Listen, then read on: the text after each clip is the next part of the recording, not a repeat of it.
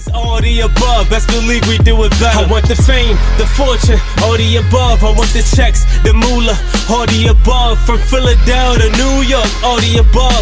Man, tell them other stations they don't do it like us. I want the fame, the fortune, all the above. I want the checks, the moolah, all the above. From Philadelphia to New York, all the above. Man, tell them other stations they don't do it like us. What up? So congratulations on season 2. Thank you. So I wanted to know, how would you ladies describe season 2 of 20s?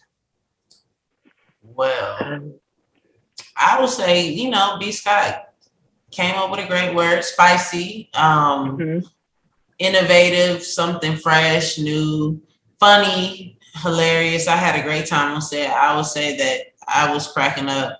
Especially the last 4 episodes, I'm just like, we were just being goofy. Good time.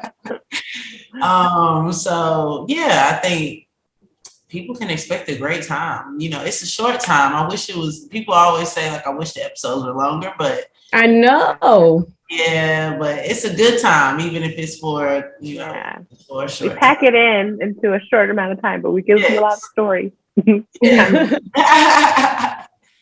And the best friend dynamic amongst the 3 of you is very strong and relevant. Like, you can clearly see that on screen. How are you able to develop that strong bond to pretty much represent that you guys are all BFFs? I think the writing is strong, first off. So I think even if I hated these 2, we would still maybe be able to find some chemistry because the writing is just that good. Shout out to the writer's room. Yes. And to our fearless leaders, Lena Waithe and Susan Fels-Hill. So that's on one. But then I also, thankfully, I don't hate these 2. We kind of have vibes, and we have since the beginning, even since the audition process. And I think that you can't really, I think the writing is strong and great, but then also I think that gives it a little essence of love is that we happen to love each other. Yes, we love to see it. And speaking of Lena Waithe, what was your experience like working with her? And have you learned anything under her direction? I mean, she was more on set on the first season. But being with her on set, she's very focused. She knows what she wants. She's a boss. And I mean, it's just a dream to work with her because I've always wanted to, and she's like, all the stuff that she works on is in alignment with what I want to do. So, yeah, I know it's been great. Yes. And 20s highlights a lot of representation, such as the LGBT community and Black women in the millennial era. How does it feel to be a part of this era and this production? Well, for me, someone who is a part of the LGBTQIA plus community, I think it's an honor. I don't even think I recognize the significance of it because I've been in a place of comfort in my own body and self and who I am for a while now. And you can kind of become disillusioned to it because it's in my past. But I do recollect on and remember a time when I was in middle school or in high school and I felt lost and alone and like I was the only one dealing with these things. And so I think it's very significant to have representation on television because you're not alone, and there are people out there who do feel the same way you do and love the same way you love and stuff, so I think it's just a great way of making the world feel a little less big, alone, so it was special for me to play this character. So exactly. And JoJo, for you, I actually learned that this was your first role. You actually was a stand-up comedian before all of this. So now that we're in season 2, would you say that this is a lot easier for you to tap into the role of Hattie and on-camera filming? Yeah, since season 1, we've had downtime, COVID and stuff like that. I shot a film, so I got some other experience under my belt and I was able to get more practice. Thankfully, I really, really, really did not want to come back into season 2 cold. And I prayed to God. I was like, God, please give me a job.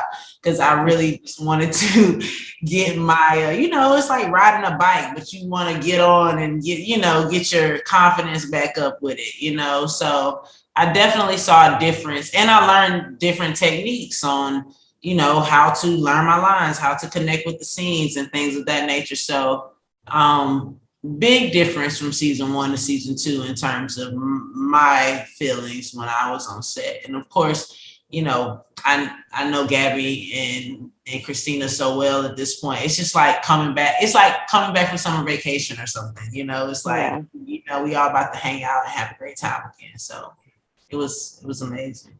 I love that.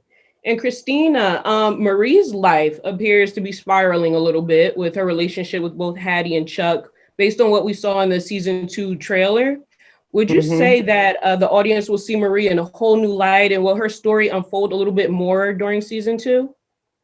I certainly think her story will unfold a bit more. We'll get to see her have to face some decisions that she didn't have in season 1. I don't think we'll see her in a whole new light. I think that the girl that she was then is the girl that she is now. And I pray that we get to see her mature and evolve. But I love that she is herself fully. She's not new to it. She's true to it. I know that's right.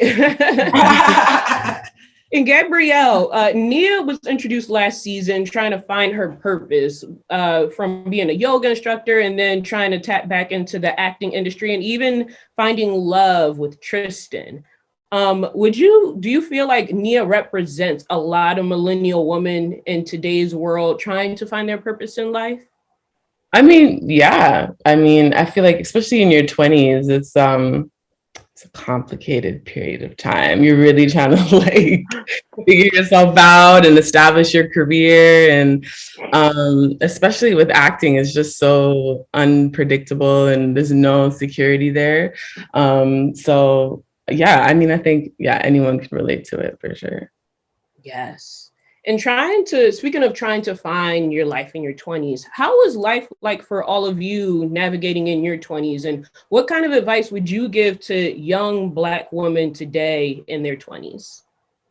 Ooh, my 20s were tumultuous. I got my heart broken for the first time. When I look back on it now, I'm like, it took you 2 years to get over that. That's crazy to me. Like, when I really consider, you know, everything, and then I was broke. I lived the first year in LA. I got behind on my rent like 3 months before COVID, and you wasn't afraid because the government said you couldn't get kicked out. You know what I'm saying? Like I wasn't paying my rent for 3 months, and thankfully my landlord was just such an angel, and he was like, "Let's just create a payment plan," and we got it taken care of, and you know he was amazing. God works in mysterious ways. I think one thing that I learned in my 20s was not to panic because everything works itself out. And even with the whole, not saying this is what you should do, but I got into a little fender bender and I ain't get hurt. Anyway, I'm talking too much, but I was able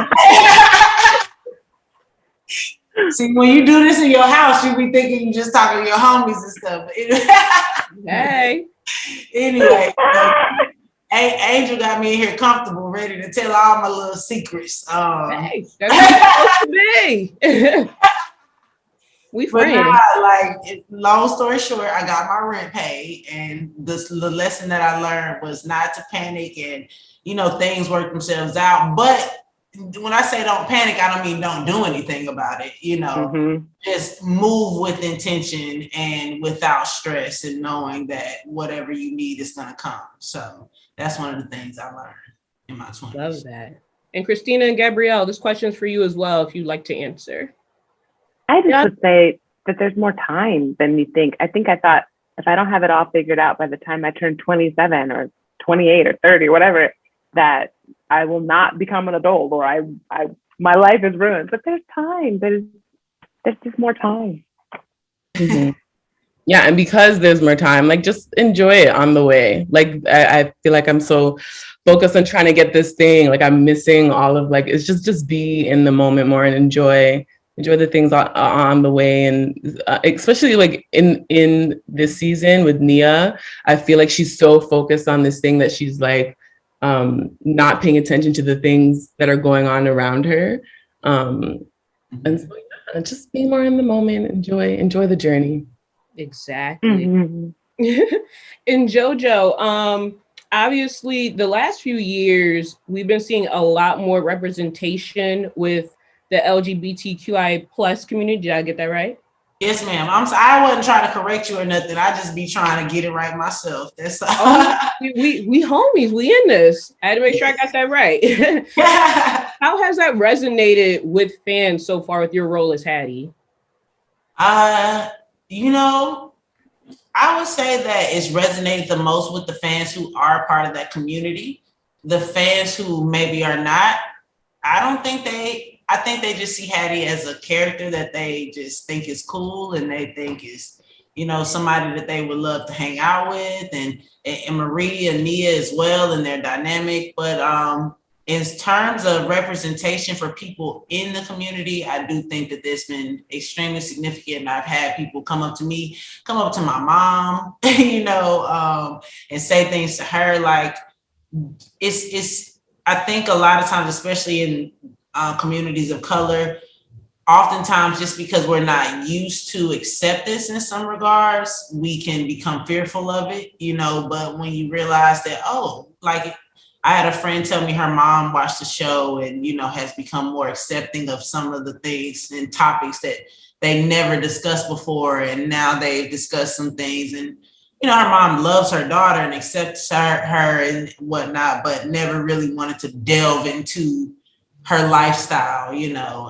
But after watching this show, it's made her more open-minded, which I think is a beautiful thing, because sometimes it just takes a different perspective to really be able to get through to a person. So I think that's what it's done for people in the community, and outside, it's just like, you know, she a regular person. That's how you should treat anybody. Thank you so much. Thank you, Angel. Wednesdays at 7, Angel, Marie, and Kevin playing the illest records, bringing us back together. Philly is all season, storming through any weather, leaving the track bleeding. Way we pull it together, we applying my pressure.